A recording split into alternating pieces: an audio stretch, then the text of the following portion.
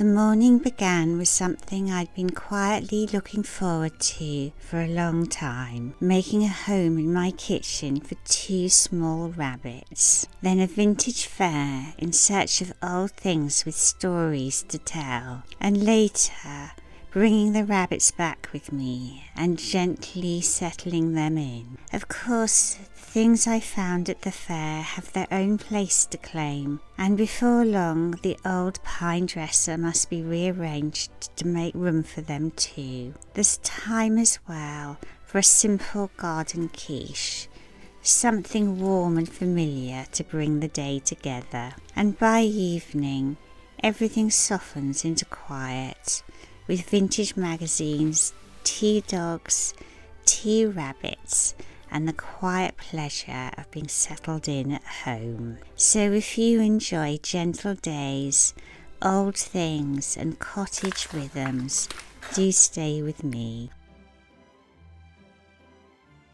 I arranged the L-shaped part of the kitchen for my bunnies, tucking hideaways in places like just beside the window where the light settles in softly in the afternoon. There are little hideaways, layers of rugs, and 2 bowls I chose especially, bright, cheerful things that felt as though they might belong to my new bunnies already. They are twin sisters, white double lion head rabbits with forget-me-not blue eyes, and although I can't yet tell them apart, I've called them Bluebell and Snowdrop. They've been waiting in a rescue centre for 6 months, and it felt somehow that today was simply the day they were meant to come home to make their new forever home with me.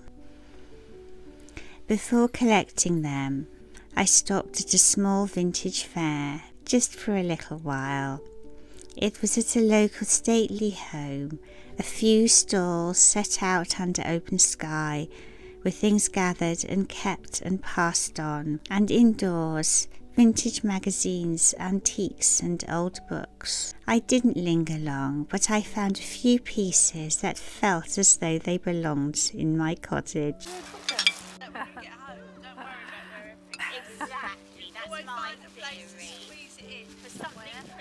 Two rather unusual teapots with curved, almost lantern-like handles, a handful of early daffodils, a miniature cherry tree, cups and saucers, and vintage embroidery and craft magazines. Seeing the garden plants felt like a promise that the season is turning, even if the air still feels cool. And then it was time to go to bring the rabbits home. They arrived gently, a little unsure at first, pausing at the edge of everything new, and then quite quickly curiosity took over.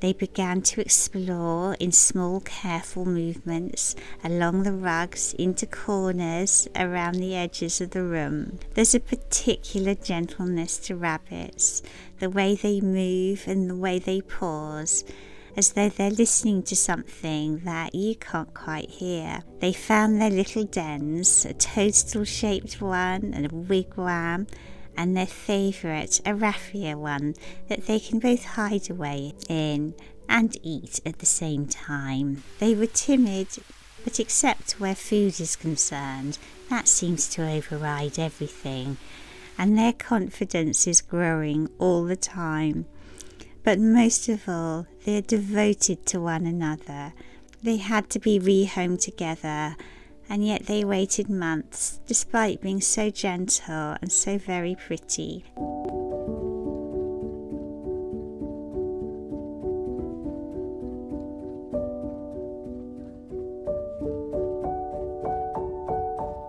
Now they move through my kitchen side by side, as though they've always belonged here.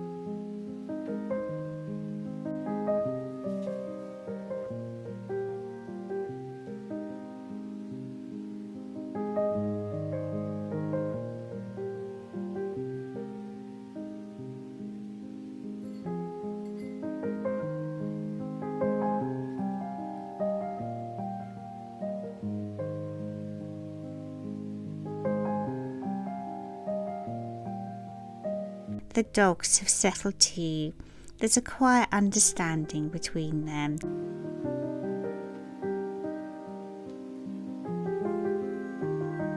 With a small divider keeping everyone safely in their own spaces.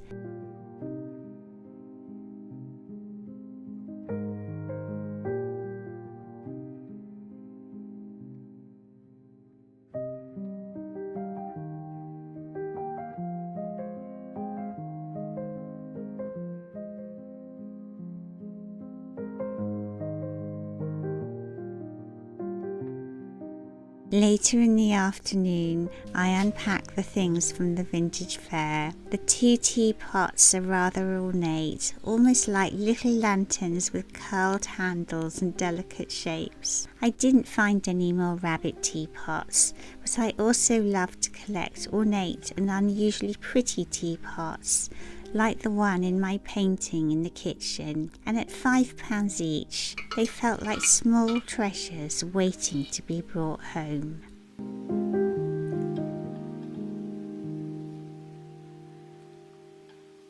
I also found a set of teacups and saucers dating from the 1930s, so light and delicately made. The sort of things that seem to carry their own quiet history. I had to make space for them, of course.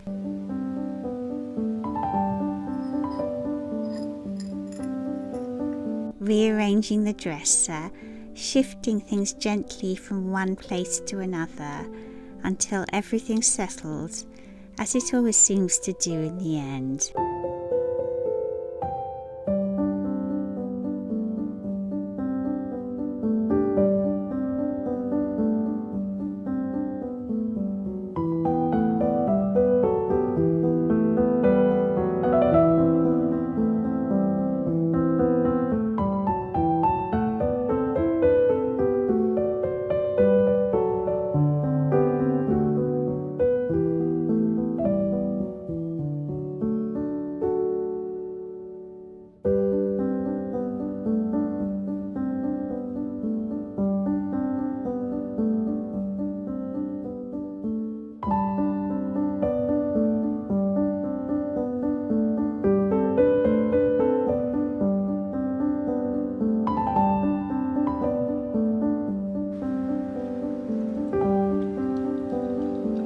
Out in the garden, I placed the French ironwork basket I'd found. It has that slightly weathered feeling to it, and I thought it would suit alpine plants or something small and flowering.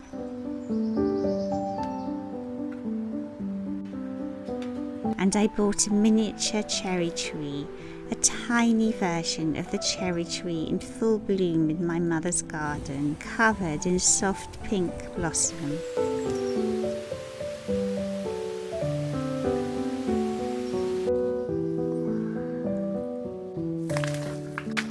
As the day begins to quieten, I went into the garden to gather herbs. Just a small handful, whatever was growing well, chives and thyme.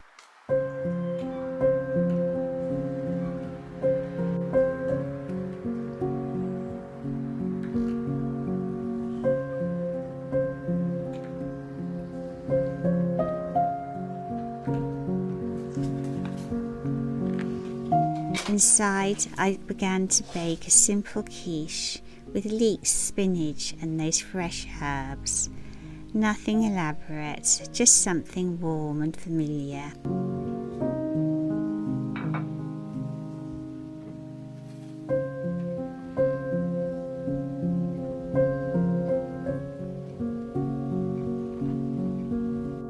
The rabbits watched with interest and occasionally helped themselves to a leaf or two of spinach. It felt right to use what's in season and grown in Britain to make something that belongs to this particular moment in the year.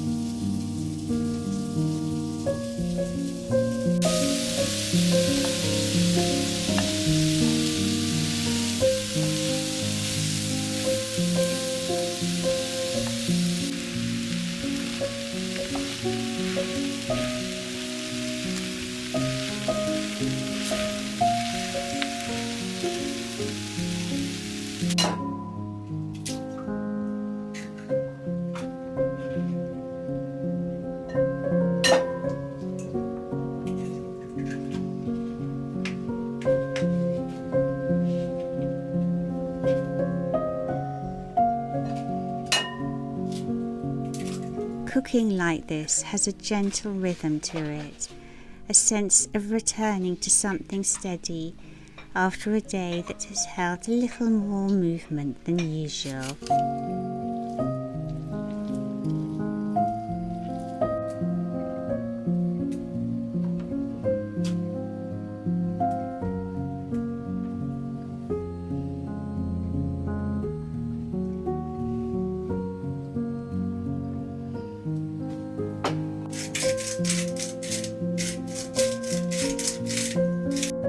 And gradually the kitchen filled with that quiet, comforting smell of something baking. When everything was ready, I chose one of the white rabbit teapots, the one that reminded me most of Snowdrop and Bluebell, and made a pot of jasmine tea.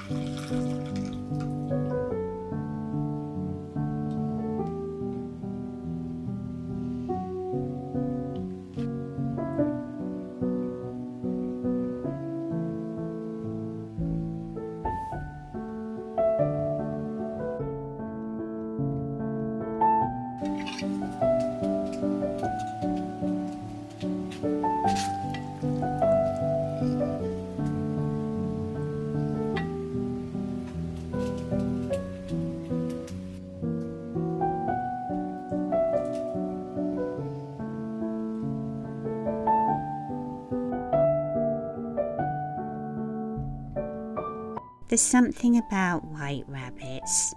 They seem to appear again and again in stories. In Alice's Adventures in Wonderland, hurrying through a garden, always just out of reach.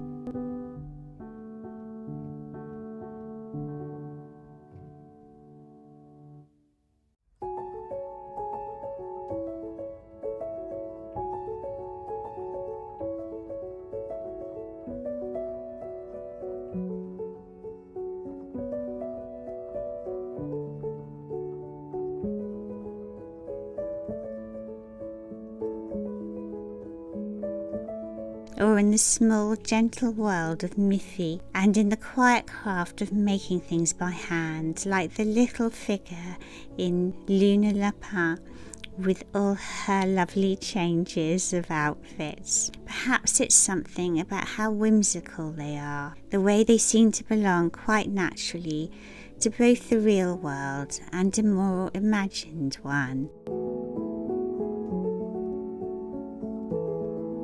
I also brought home a couple of vintage craft and embroidery magazines. Inside, there are pages filled with careful, intricate work, raffia hats and bags.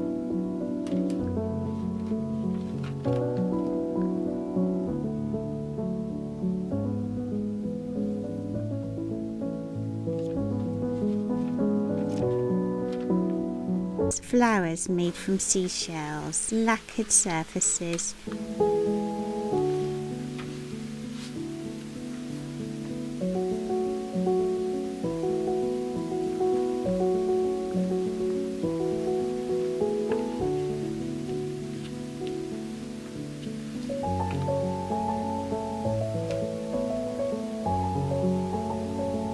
and embroidery, collars, cuffs, small bags, even a breakfast tray set. The original transfers are still there, uncut, waiting.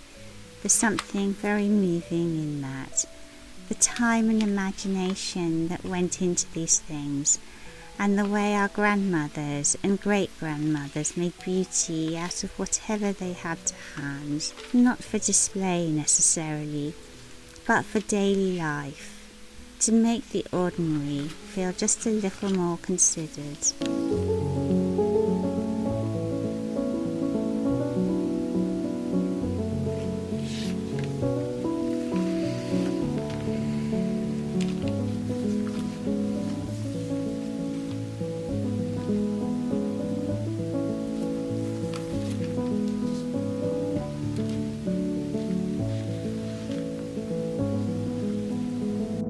By evening, everything had settled.